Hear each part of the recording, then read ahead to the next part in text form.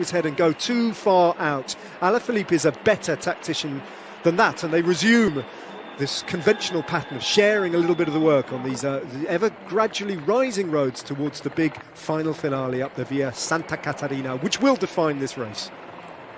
And those two teams, Ned, Astana and De Koninck Quick-Step, have both had extremely successful starts to the season.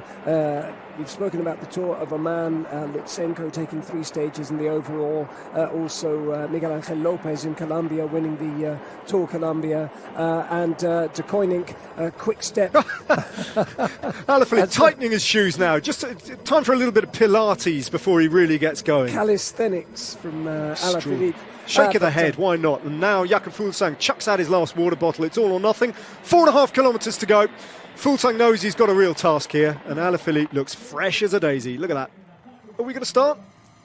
And interesting that he came alongside Fuglsang to make that move. He's showboating here. He's nasty, saying, look, almost. I'm feeling fantastic. I've only just got out of bed. I'm feeling fresh. I've got a warm and sunny afternoon here in Tuscany, this beautiful countryside ahead of me, and I think I might start it by winning a bike race. It's great to watch, unless you're Jakob Fuglsang. In which case it's almost insulting, the ease with which he does it. But Fuglsang's look strong, make no mistake. Fuglsang is here by right in this final selection of this peloton that is absolutely packed with talent. Stuffed to the rafters with talent. But Jakob Fuglsang is part of this race still. With 4 kilometres to go, Alaphilippe hasn't beaten him yet. The Dane knows that. The Dane has won enough bike races in the past. He's a former winner, don't forget, just a couple of years ago at the Dauphiné. He knows how to win bike races.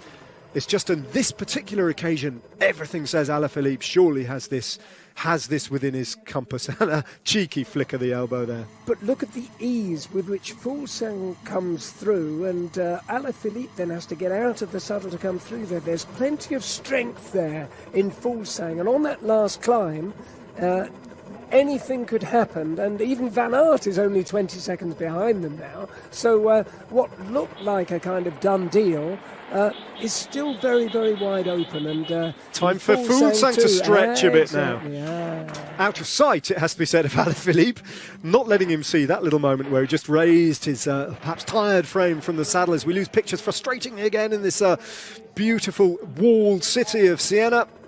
And they're messing around. They are messing around now. More free wheeling from Julian Alaphilippe, just temporarily, just hands Wout van Aert another 3 seconds. And he's not out of contention, and he is just ploughing on, regardless. 16 seconds now as they hit a bit of a descent, and now the opportunity for Van Aert to close the gap as they reach terminal velocity, no point in pedalling here, just evaporates temporarily. But there is more climbing to be done. And he does have the advantage of nobody around him at the moment. He has no one to play games with, no one to be afraid of. He will not be caught, you don't think, by anyone from that chasing group. He's only got one intention, and now it's 14 seconds, just one target in mind, and these two have to worry about each other. And it's that classic thing in cycling, Matt. How much do they think about each other, and how much do they have to be concerned with the yellow jersey that might be riding up to them? Only 13 seconds now. Pretty soon Van Aert will start to see them. They can't afford to bring this guy back into the race, but that is what's happening at the moment. Onto the Strade di Pescaia, this false flat that leads to the left-hand turn inside the final 2 kilometres onto the Strade di Fontebranda, and that is the road that will lead them under the red kite, under the great big gate that leads them to the foot of that really steep, grueling section of the Via Santa Caterina, inside the final 500 metres, and then a hard right turn, then a hard left turn, and that hard left turn is the key point at which, if you're leading at that point, it's downhill all the way. There's nowhere for your rival to get past you. So a number of key points lying ahead of these two, and Van Aert is only 10 seconds behind them. He is, Matt, he is, but as they line themselves up now in the next 600 metres, they're going to hit the beginning of the climb.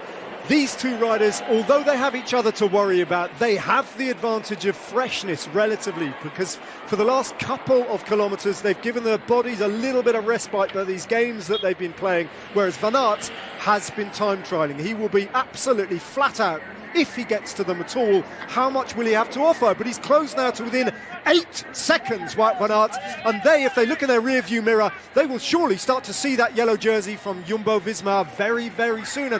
And now Fuglsang just relaxes again the speed and the impetus, and Julian Alaphilippe watches the man from Astana, and there they are, and Wout van Aert is in this race, and within a trice he is close to the gap, and where there were 2, there are now 3. That is extraordinary, and he just rips past them. They watch him go for now. Surely they're thinking he has emptied himself and they can get to him. Julian Alaphilippe now seizes that opportunity. Does he, to open up a bit of acceleration? No, he's just tracking the move of Van Aert, and Van Aert now finds himself in an invidious position of leading the race, and if not in checkmate, then surely in check, with Fuglsang and Alaphilippe sitting on his wheel. What a race! As 1 kilometre now, they pass through the red kite. This is a rare treat at Strade Bianche. What an extraordinary turn of events. And now the climb up the Via Santa Caterina can begin. And who is going to get to the top in first place? Van Aert, we got a glimpse of his power output there, 480 watts as he came past them, and effectively giving a lead out to the 2 climbers. And we're back 12 months ago, similar scenario, Van Aert leading a better climber on his wheel, but he's managed to get back to them, and there are 3 riders moving into the final 700 metres of this race as we approach the foot of the Santa Caterina climb, where it really ramps up, and there is where this race will be decided. Left-handed, and you can see the gradient opening up before them. A left-hander, a right-hander, and they're waiting, and Alaphilippe is waiting. At the moment, they're climbing at Van Aert's pace, not, you sense, at Alaphilippe's pace. Can the Frenchman go? Has he overcooked it? Were those mind games just mind games, or can he deliver that telling moment which will obliterate the rest? And what can Fuglsang, looking very cool with everybody on his sights, what can he do about it? Alaphilippe breathing through his nose at the moment, but so too is Fuglsang. Van Aert now weaving, those shoulders just bobbing from side to side as Fuglsang says it's now or never.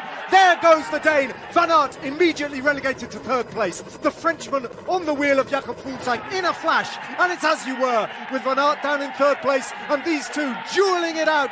It's this moment, I think, for Jakob Fuglsang. He has to dispense with the Frenchman now, but now he gets technical, and Alaphilippe still has to get past that light blue jersey. Within the last couple of 100 metres of this race, we've got a left-hander, a right-hander, and here he is now. Alaphilippe just breezes past Jakob Fuglsang, and you sense it is done.